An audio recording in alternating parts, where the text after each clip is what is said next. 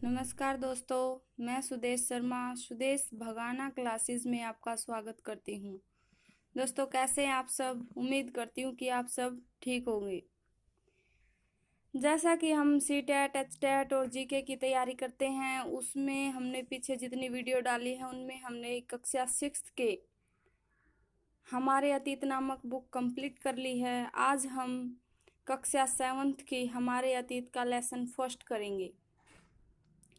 यदि आपको मेरी वीडियो पसंद आ रही है तो इसे लाइक, शेयर, सब्सक्राइब, कमेंट सब कर देना दोस्तों। चलिए आज हम कक्षा 7 के लेसन फर्स्ट को करेंगे, जिसका नाम है 1000 वर्षों के दौरान हुए परिवर्तनों की पड़ताल। यानी कि 1000 वर्ष कौन से? 700 ईस्वी से लेकर 1750 ईस्वी तक। इन वर्षों में क्या क्या हुआ, इसके बारे में आज हम जानेंगे।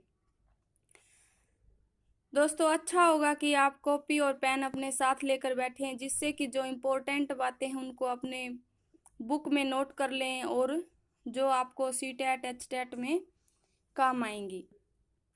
चलिए दोस्तों, अब हम हमारा टॉपिक पर आते हैं। और जिसने भी मेरी पीछे वाली वीडियो नहीं देखी है वो पीछे वाली वीडियो देखें, जिससे कि आपकी हर प्रॉब्लम सोल्व होती चलेगी और धीरे धीरे करके हम 7th 8th की सभी बुक्स को रीड करेंगे। मैं अपने नोट्स से आपको पढ़ाती हूँ, जिससे कि आपके समय की बचत हो और आप कम समय में अधिक तैयारी कर सकें। चलिए दोस्तों, अब हम अपने टॉपिक की तरफ चलते हैं।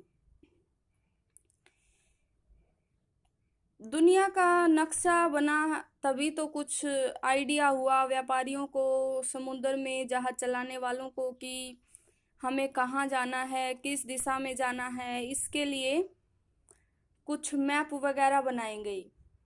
तो एक अल इदृशी नामक एक व्यक्ति हुए हैं, जिन्होंने 1154 में दुनिया का सर्वप्रथम मैप बनाया था।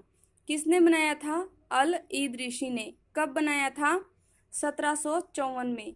ये सीटेट में आ जाता है कि दुनिया का पहला मैप कब और किसने बनाया। तो ये किसने बनाया? अल इदृशी ने। और कब बनाया? 1754 ईस्वी में।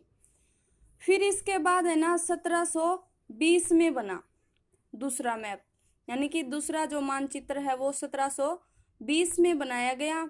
और ये किसने बनाया? एक फ्रांसीसी मानचित्रकार ने बनाया। उसका नाम नहीं पता, लेकिन किसने बनाया? ये फ्रांसीसी मानचित्रकार ने। और कब बनाया? ये 1720 में। इन दोनों के मानचित्र में है ना बहुत अंतर था। क्या अंतर था?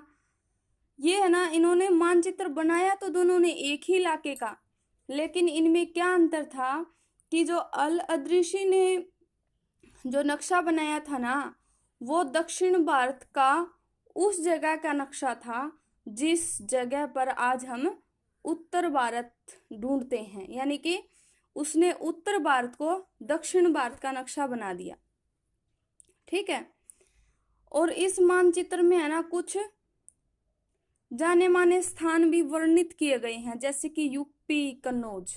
कौन कौन से?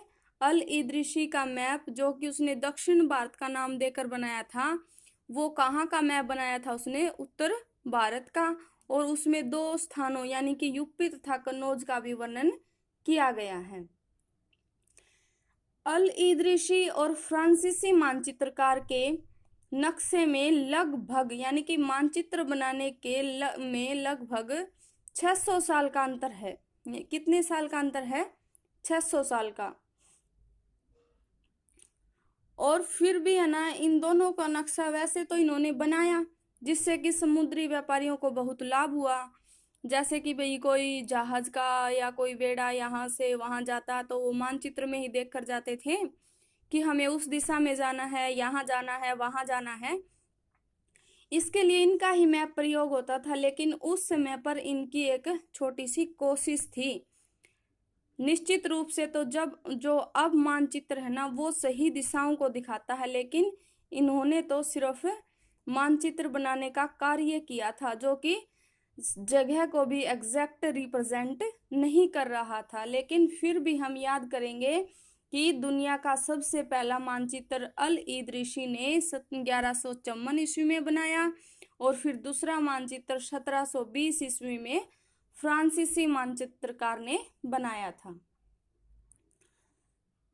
ठीक है दोस्तों, यहाँ तक आपको समझ में आ गया होगा कि दुनिया का पहला नक्शा किसने बनाया, दूसरा नक्शा किसने बनाया, जो नक्शा बनाया गया वो किस क्षेत्र का था, वो किस क्षेत्र का था तो वो उत्तर भारत का, लेकिन वो बनाया कहाँ का कहकर गया था, दक्षिण भारत का। ठीक, यहाँ तक समझ में आ गया होगा।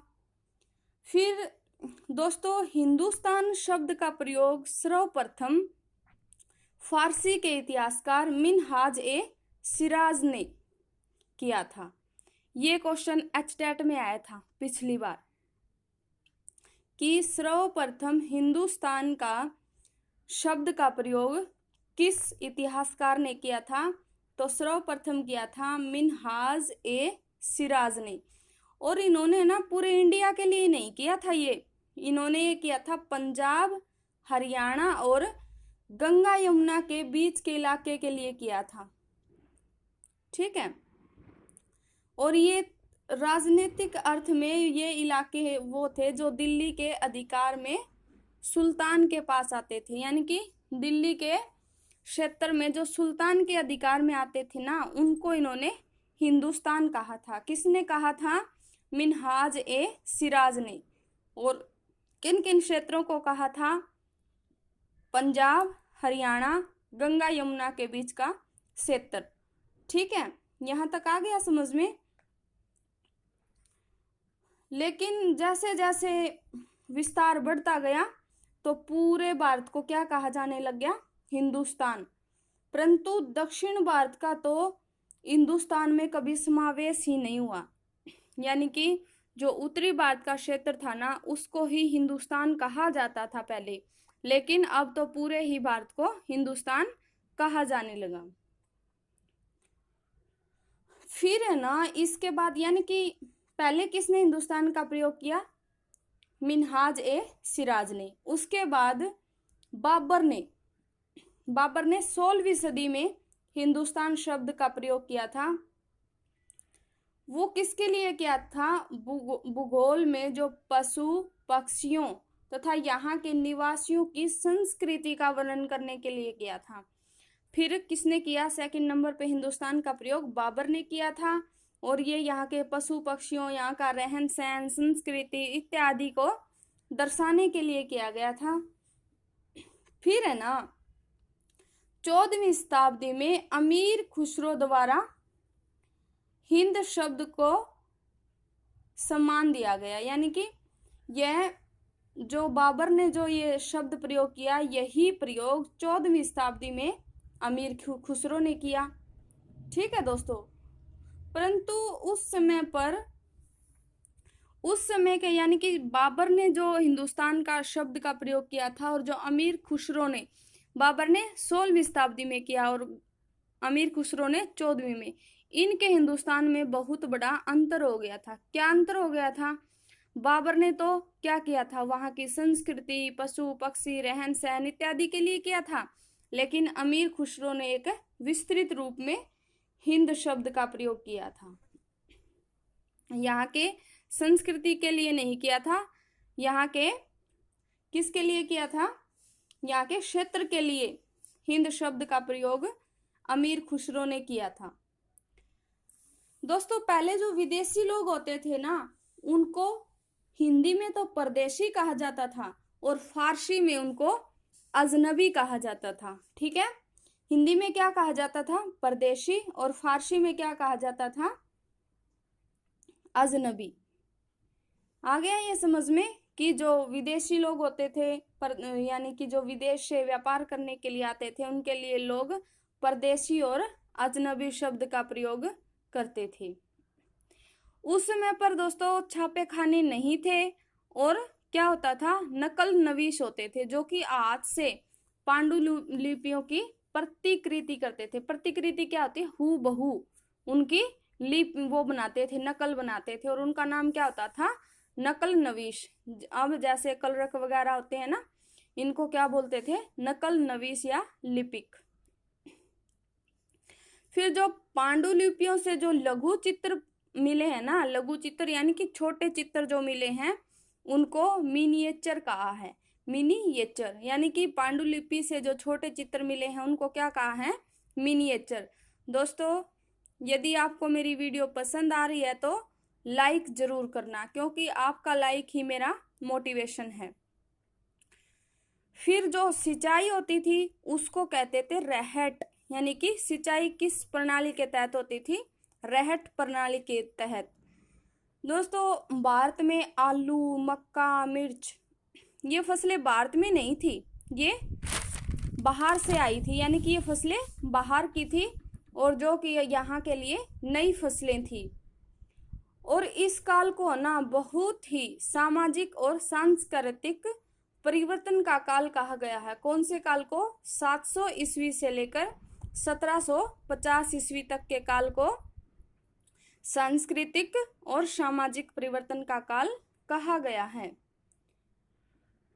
इस काल में है ना राजपूत समुदाय का महत्व बहुत बड़ा हुआ था, यानी कि 700 ईस्वी से 1750 ईस्वी के समय में राजपूत जो समुदाय था इसका महत्व बहुत अधिक बढ़ा हुआ था।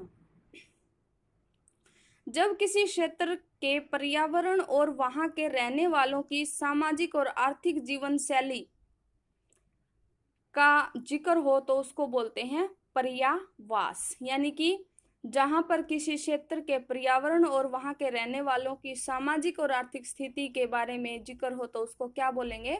पर्यावास। इस समय में चोल, तुगलक या मुगल के अलावा गयासुद्दीन बलबन बहुत ही महत्वपूर्ण दिल्ली के सुल्तान रहे हैं, यानी कि ये बलबन है ना 1266 से लेकर 1287 तक इसने शासन किया है और ये बहुत ही महत्वपूर्ण सुल्तान रहा है दिल्ली का। फिर एक है मिस्र के शहाबुद्दीन उत्तरी द्वारा रचित एक कृति है, उसका नाम है मसालिक अल अबसर फी ममालिक अल अमसर।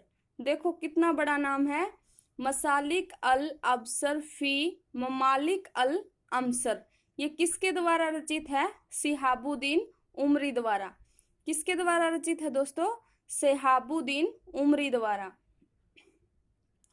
फिर 18वीं शताब्दी में मुगलों का पतन हो गया। कब हो गया मुगलों का पतन? 18वीं शताब्दी में।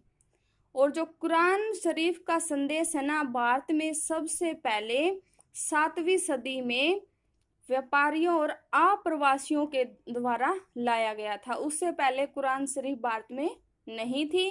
7वीं सदी में किसके द्वारा लाया गया था? व्यापारियों और अप्रवासियों के द्वारा। ठीक है दोस्तों, ये आपको समझ में आ गया। देख लेते हैं एक बार और। जो विश्व का पहला नक्शा अल इदरीसी ने 1154 ईस्वी में बनाया। दूसरा नक्शा 1720 ईस्वी में फ्रांसीसी मानचित्रकार ने बनाया। फिर हिंदुस्तान शब्द का प्रयोग किस किसने किया? पहले मिनहाज ए सिराज ने किया, फिर बाबर ने किया, फिर अमीर खुसरो ने हिंद शब्द का प्रयोग किया। पांडुलिपि के छोटे चित्र मिनिएचर कहलाते हैं। सिंचाई में रहट प्रणाली का प्रयोग होता था और सबसे महत्वपूर्ण थे राजपूत उस समय पर।